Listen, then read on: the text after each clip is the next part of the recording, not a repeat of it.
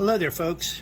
We've been asked quite a few times about how to add a address to an address book on a Minolta copier. I'm going to walk you through the simple process. Once you open up either your Google or a Chrome or whatever browser you use, up here at the top address bar, you're going to type in the IP address of the copier. We're just happen to be using 10.1.10.99. Once it opens up, this is the view where you'll see some of the views may be a little bit different, but they all have a address book or stored addresses, which is over here on the left-hand side. Click on that.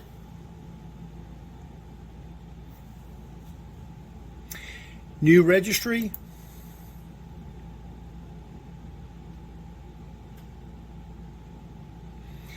Right here where it says name, we're going to put in Scott.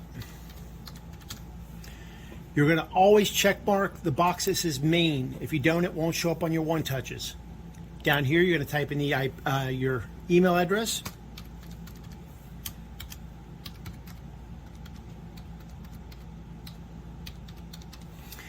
Once you look it over, make sure it's correct. Far right hand side, hit OK. Some machines it'll be directly underneath this scroll right about here, but this one's over here on the far right. Hit return. And at that point, you've stored one email already in their contacts. You could do the same for registry.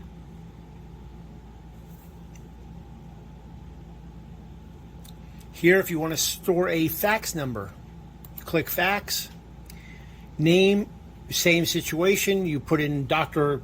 whoever, and you put in their phone number here.